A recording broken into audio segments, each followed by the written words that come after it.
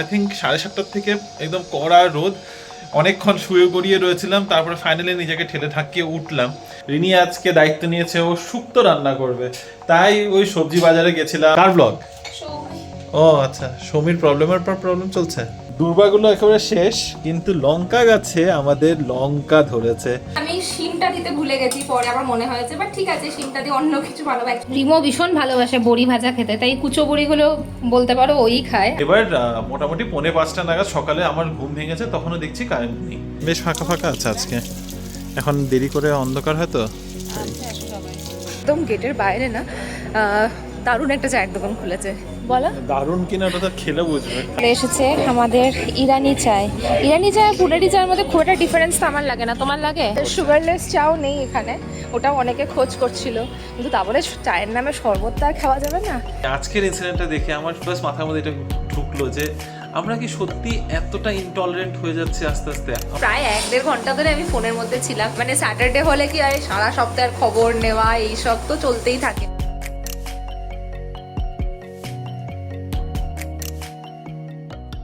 Hello BB family, good morning and welcome back to the channel. আশা করছি তোমরা সবাই খুব ভালো আছো, আমরাও ভালোই আছি। আজ শনিবার, বাড়িতে আছি। সকাল এখন বাজে 9:30 অলমোস্ট। ব্রেকফাস্ট হাতে আছে রুটি, তরকারি আর একটু আম কেটে নিয়েছি তার সাথে। সারাদিনের কোনো বিশেষ করে প্ল্যান নেই।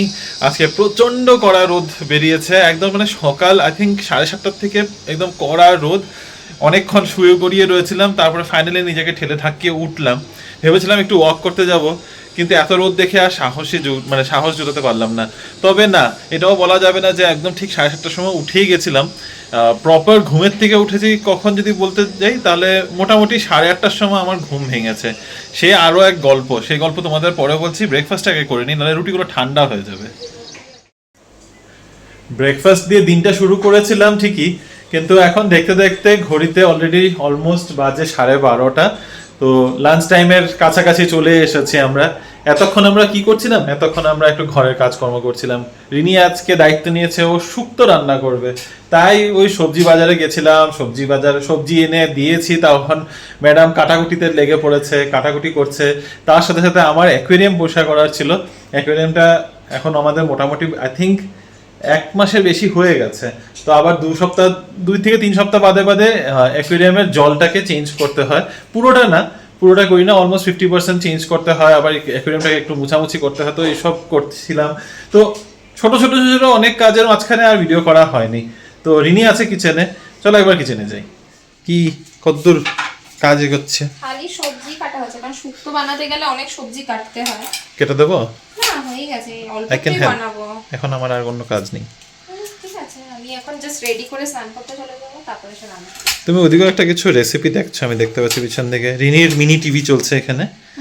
এই যে এখানে এটা চলছে হলো প্রবলেমের পর প্রবলেম লেখা। কিসের প্রবলেম এটা? কি রান্নাটার মধ্যে প্রবলেম আছে? কার ব্লগ? ও আচ্ছা, সমীর প্রবলেমের পর প্রবলেম চলছে নাকি এটা পুরনো?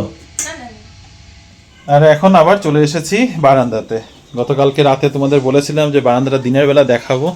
তো এই যে আমাদের বারান্দাতে প্রচুর বোগানভেলিয়া হয়েছে। থু নজর যেন আমারই নজর না লাগে। মাঝে মধ্যে একদম ফুল ফোটাই বন্ধ হয়ে যায়, তবে এবার বেশ সুন্দর ফুল ফুটেছে। তার মধ্যে দিয়েও আবার পায়রাগুলো এসে দেখো এখানের মধ্যে এসব অশান্তি করা শুরু করেছে। আমাদের রোজমেরি গাছটাও ভালোই বাড়ছে, পাতাগুলো উপরে কার্ল হয়ে যাচ্ছে। এগুলোকে উপরটা আগাগুলোকে ছিঁড়ে দিতে হবে, কিন্তু এখন আমাদের রোজমেরি দিয়ে কিছু বানানো হচ্ছে না, তাই ছেঁড়াও হচ্ছে না। এই ফুল গাছটার যেগুলো আনার পরে যে ফুল ফুটেছিল সেগুলোকে কেটে দিয়েছি, নতুন কুড়ি বেরিয়েছে, নতুন ফুল ফুটবে, বেলি ফুলেও ফুল ধরছে। আর কি আপডেট দেবো? হ্যাঁ, আমাদের ইংলিশ আইভি, এটা মাঝখানে একদমই অবস্থাটা খারাপ হয়ে গেছিলো, আবার পায়রা এসে উপদ্রব এমন করেছে। যাই হোক, এখন আবার একটু নতুন করে পাতা বেরোচ্ছে। এটাকে আমার এই লতাগুলোকে উপর দিকে উঠার মতো কিছু একটা ব্যবস্থা করতে হবে। সেটা বুঝছি না যে কি করলে এটাকে কি করা যেতে পারে। অ্যামাজনে কয়েকটা দেখলাম এরকম ইউ শেপড পাওয়া যায়, যেগুলোর মধ্যে লতাগুলো ধরে ধরে উঠবে, কিন্তু এই পটটার জন্য আই থিঙ্ক ছোটো পড়বে। এটাকে একটু বড় পটে লাগাতে পারলে খুব ভালো হতো। তার বাদে এখানে রয়েছে আমাদের জিজি প্ল্যান্ট, এখানে আমাদের বাকি বোগানভেলিয়া। এই বোগানভেলিয়া গাছটা টিংটিংয়ে করে লম্বা হয়ে যাচ্ছে, ফুল আর ধরছে না। আর টগর গাছটাতে টগরের কুড়ি ধরছে, ফর সাম রিজন কুড়িগুলো এরকম পেকে যাচ্ছে, কুড়িগুলো হলুদ হয়ে হয়ে পড়ে যাচ্ছে। কেন হচ্ছে সেই জিনিসটা এক্স্যাক্টলি বুঝতেই পারছি না কেন হচ্ছে। যাই হোক, তো এই হচ্ছে আপাতত আপডেট। আর হ্যাঁ, এই পাশে তোমাদের বলেছিলাম লঙ্কা গাছটা দেখাবো।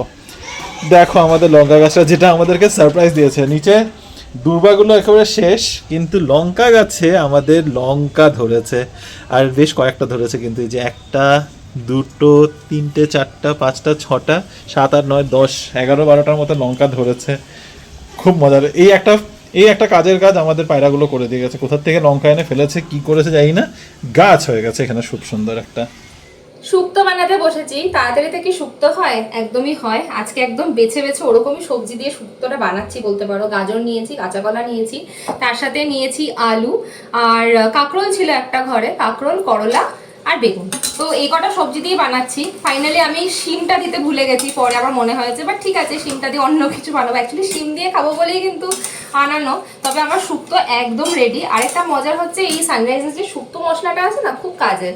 ওটা জলে গুলে দিয়ে দিলে কিন্তু দারুণ রান্নাটা হয়ে যায়। জাস্ট একটু আদা বাটো আর মশলাটা দিয়ে দাও। তোমাদেরকে একটু দেখাই চেহারাটা। এই হচ্ছে আমার শুক্তোর ফাইনাল লুক। একটু ঘি দিয়ে দিয়েছে, আর ওপরে না রোস্ট করে একটু পাঁচফোড়ন ক্রাশ করে দিয়েছে। আর ফোড়নে তো রাঁধুনি, পাঁচফোড়ন এগুলো তো যায়। বাকি যা যা মশলা তোমরা দিতে চাও। দেখতে কিন্তু খাসা হয়েছে। আর হ্যাঁ, দুধ কিন্তু মাস্ট, তাহলেই রিমো সেই শুক্তোটা কিন্তু মানে হয় না, চেটে ফুটে খেয়ে নেয়, একদম ওরকম।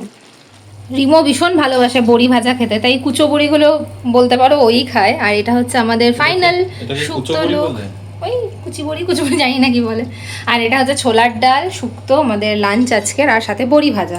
তবে আমি কিন্তু প্লেটে আরো একটা তরকারি নিয়েছি। এটা হচ্ছে সকালের যে তরকারিটা, ওটা ভাবছি নিয়ে নিলাম। আমি খাবো। লাঞ্চ করা হয়ে গেছে। তারপরে ভাবলাম, তোমাদের সকালেই বলেছিলাম যে আমার আজকে দেরি করে ঘুম থেকে ওঠার একটা কারণ আছে, একটা আলাদাই গল্প। সেই গল্প আর তোমাদের সাথে শেয়ার করতেই পারিনি। তো গল্প কি, বিশেষ বড় কোনো কাণ্ড হয়নি, তবে হ্যাঁ ছোটো মোটো একটা কাণ্ডই হয়েছে। কালকে রাতে ঘুমানোর পরপরই মোটামুটি ধরো আধ ঘন্টা 40 মিনিট বাদেই কারেন্ট চলে গেছে। তো কারেন্ট চলে যাওয়াতে অবভিয়াসলি একটু গরম লাগছিল, ঘুম ভেঙেছে। এইবার মানে ওই ঘুমের অবস্থাতেই অনেকবার আমাদের ঘুম ভেঙেছে। মনে হচ্ছে যে হ্যাঁ কারেন্ট আসছে, কারেন্ট যাচ্ছে, কারেন্ট আসছে, কারেন্ট যাচ্ছে, এই করে করে এবার মোটামুটি 4:45 নাগাদ সকালে আমার ঘুম ভেঙেছে। তখনও দেখছি কারেন্ট নেই। এবার কারেন্ট নেই, তখন আমি রিয়েলাইজ করলাম যে হয়তো সারা রাত ধরেই হয়তো কারেন্ট ছিলই না। আর অবভিয়াসলি ঘুমের একদম এত গভীর ঘুমে ছিলাম যে তখন ঠিক বুঝতেও পারছিলাম না যে কারেন্ট আছে আর না নেই। প্লাস ব্যাঙ্গালোরের ওয়েদার তো বুঝতেই পারো, মানে খুবই সুন্দর ওয়েদার। মাঝে মাঝে যখন গরম লাগছিল তখন একটু ঘুম ভেঙে যাচ্ছিল। তো যাই হোক, মুদ্রা কথায় আসে। তো সকালে যখন আমার ঘুমটা ভাঙলো 4:45 নাগাদ, তখন উঠে দেখছি চারদিকে আলো। এমনি তো বাইরে মানে বেসিক্যালি আলো বলতে লাইট জ্বলছে জায়গায় জায়গায়। আমাদের বাড়িতে ফ্যান চলছে না কেন? প্রথমে ভাবলাম হয়তো এই রুমের সুইচে বা ইয়েতে কিছু প্রবলেম হয়েছে। আমি সেই 4:45টার সময় উঠে মেইন দরজা খুলে বাইরে লিফট পর্যন্ত গিয়ে দেখে আসলাম যে লিফট চলছে কিনা। দেখি ব্যাকআপও কাজ করছে, সবখানেই আলো আছে, সব চলছে। খালি আমাদের রুমে আলো কি করে নেই, মানে আমাদের রুমে কি করে কারেন্ট নেই। তো তারপরে রিয়েলাইজ করলাম যে আমাদের কখন যে রাত্রেবেলা কিসের জন্য কি কারণে ট্রিপ হয়েছে বুঝতে পারিনি, কিন্তু আমাদের মেন সুইচটা ট্রিপ হয়ে গেছে। তো ওই সকালবেলা তখন এটাকে আবার অন করে তারপরে ফাইনালি সুন্দর হাওয়া খেতে খেতে ঘুমিয়েছি। ওই যে ঘুম দিয়েছি, তারপরে একদম সুন্দর ঘুমটা হয়েছে। তো এটাই হলো আসল কারণটা। বিকেল 4:30 বাজে। আমি একটু যাচ্ছি নিচে না, অ্যাকচুয়ালি বাইরে যাচ্ছি, কারণ স্কুটিটাকে একটু ওয়াশ করাতে দিতে হবে। তো স্কুটিটা ওয়াশও করাবো, আর একটা মোবাইল স্ট্যান্ডও লাগাবো, নাহলে খুব অসুবিধা হয়ে যায়। কোনোখানে যেতে হলে বারে বারে ফোনটা বের করো, দেখো, যা থামো। আর রিনিকে সারাক্ষণ ক্যামেরাটা মানে ম্যাপটা খুলে বসে থাকতে হয়। তো এই কারণে প্রথমে প্ল্যান ছিল না কোনো মোবাইল স্ট্যান্ড লাগানোর, কিন্তু ভাবছি না একটা মোবাইল স্ট্যান্ড লাগিয়ে নিই এটার মধ্যে। এটা খুব হেল্প হয়ে যায় অ্যাকচুয়ালি। তো ওই দুটো কাজ নিয়ে বের হচ্ছি, দেখি যত তাড়াতাড়ি ফিরে আসতে পারি, কারণ আবার মন্দিরেও যাওয়ার আছে। খুবই চেনা পরিচিত জায়গা তোমাদের জন্য। বাজে এখন 6:45। আজকে একটু দেরি হয়ে গেছে। রিনিও ঘুমাচ্ছিল, আর আমিও ওখানে সব ওই স্কুটির কাজগুলো করে আস্তে আস্তে আমারও অলমোস্ট একটু দেরি হয়ে গেছে। এখনও ফাঁকাই রয়েছে আজকে, বেশ ফাঁকা আছে আজকে। এখন দেরি করে অন্ধকার হয় তো তাই।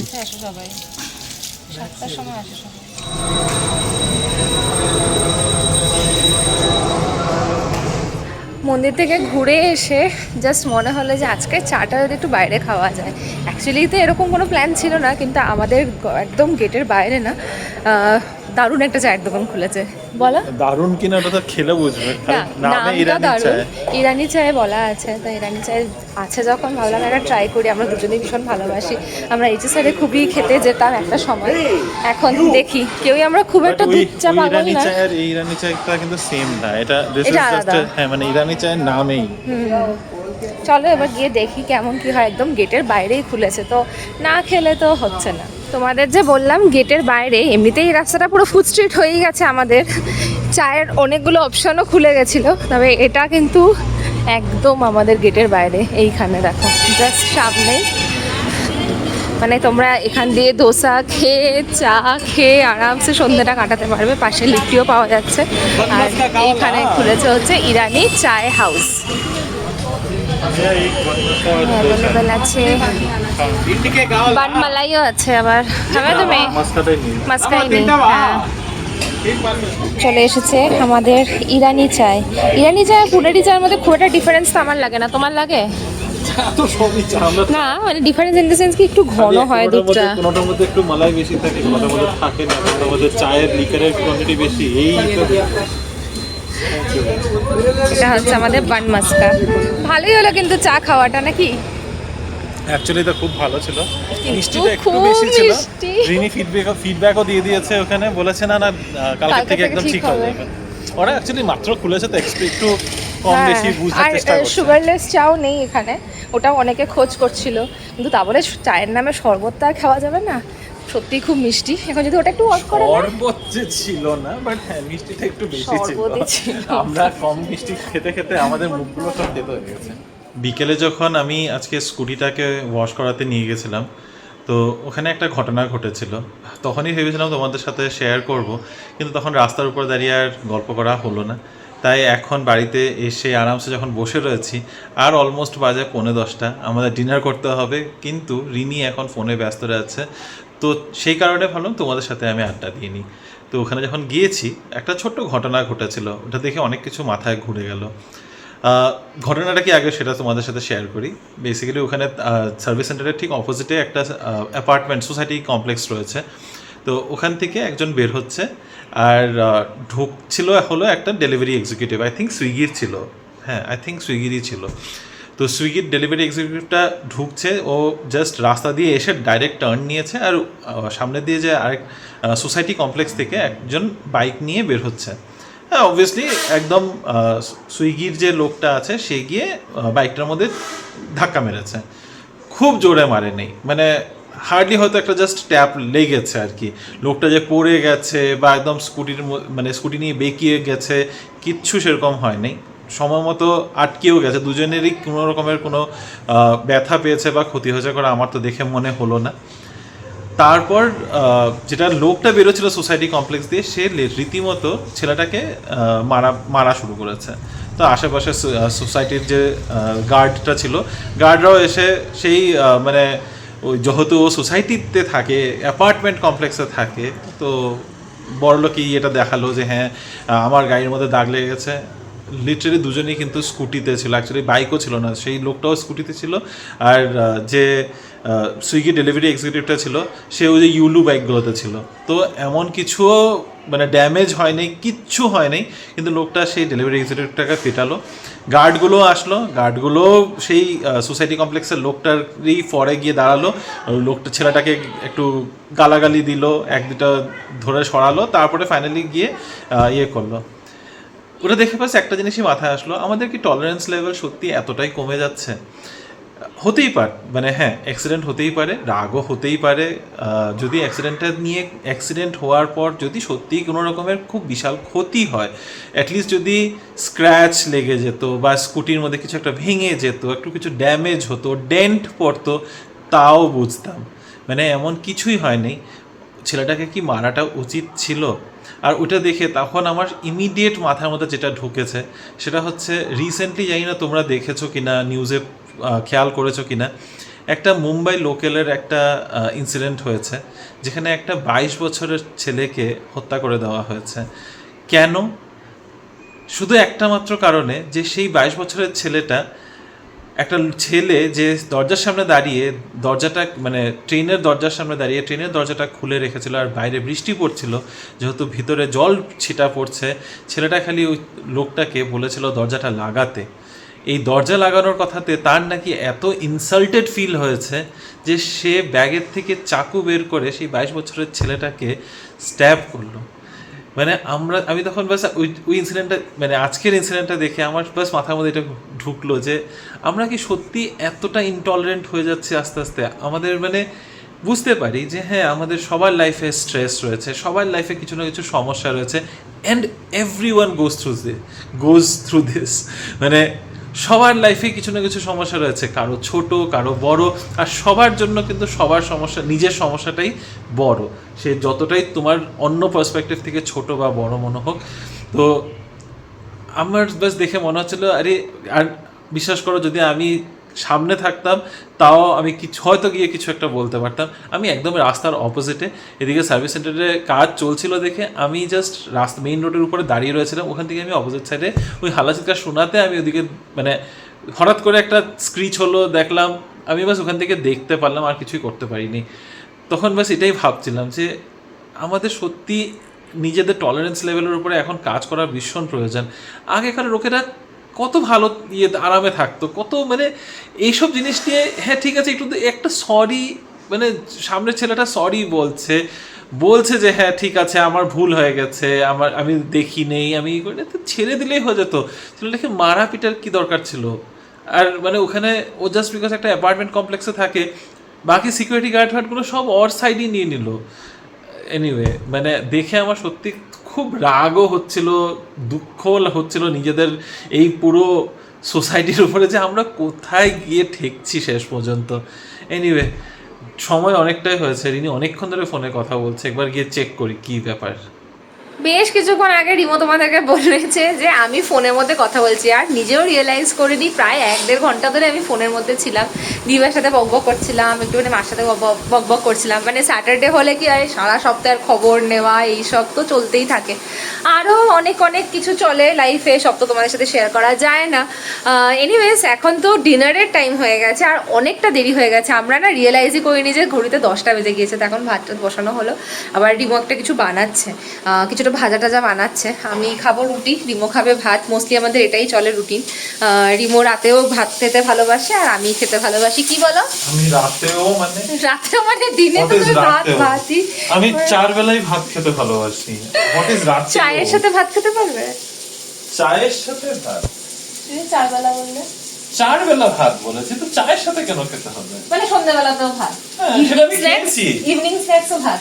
যখন স্কুলে পড়তাম তখন এরকম অনেকবার কি বলছি স্কুলে, হ্যাঁ ইভিনিং স্ন্যাক্স বলে কিছু নেই, রাতেবেলা হ্যাঁ মানে বিকালবেলা খিদা পেয়েছে মা কি খাবো ভাত আছে ভাত খেয়ে নিতাম। স্পেশালি যেটা আমার পছন্দের তরকারি চচ্চড়ি আমার দি ভাই এরকম ভীষণ তরকারি খেতে ভালোবাসতো, আর ওরকম একটুখানি তরকারি আর তরকারির সাথে একটুখানি ভাত। কিন্তু আমার একদম খেতে, আমি তো ভ্যারাইটি খেতে ভালোবাসি। যে প্লেটগুলোতে আমরা ওই সিঙ্গারা টিঙ্গারা খাই ওই প্লেটের মধ্যে একটুখানি 2 মুষ্টি ভাত নিয়ে দি ভাই এরকম ভালোবাসতো খেতে। তা আমি কখনো না, আমার একদম মানে ভাত একবেলাই ঠিক আছে। সামহাউ আমি হয়তো ইঞ্জিনিয়ার্ড এইভাবে যে আমার এটাই খেতে ভালো লাগে। তা আমি বানাবো কি করে এরকম হয়ে গেছে টেস্ট বার্ড। আই থিংক দিভাইয়ের টেস্ট বার্ডটা হচ্ছে এরকম যে ও তরকারি খেতে খুব ভালোবাসে। আমি ভাত পোকা, রিনি কোনো কিছুই পোকা না, আমি সবকিছু অল্প অল্প খাই। অনেক রাত হয়ে গেছে, আবারও একই গল্প, বসে বসে একটা ওয়েব সিরিজ দেখা শুরু করেছে, সেটাও কোনো নতুন ওয়েব সিরিজও না, অনেক পুরনো, মেড ইন হেভেন দেখছিলাম অ্যামাজন প্রাইমের মধ্যে, আবার প্রথম সিজন থেকে শুরু করেছি, আর সেই হ্যাঁ গতকালকের থেকে, আর সেটা দেখতে দেখতে আবার হয়ে গেছে এখন প্রায় 1টা। তো রাত 1টা বাজে, ব্লগটাকে এখানে শেষ করছি। আজকের এই ভিডিওটার মধ্যে যদি তোমাদের কিছু ভালো লেগে থাকে কি করতে হবে? Please do like, share, comment and subscribe to our channel Bangalore Bengalis. আমি আবার রিপিট করে দিচ্ছি, জানি না শুনেছো কিনা, বাট হ্যাঁ please do like, share, comment and subscribe to our channel Bengaluru Bengalis. দেখা হবে কাল আবারও একটা নতুন দিন, নতুন ব্লগ, নতুন কিছু গল্প নিয়ে। Till then stay safe and bye bye, good night.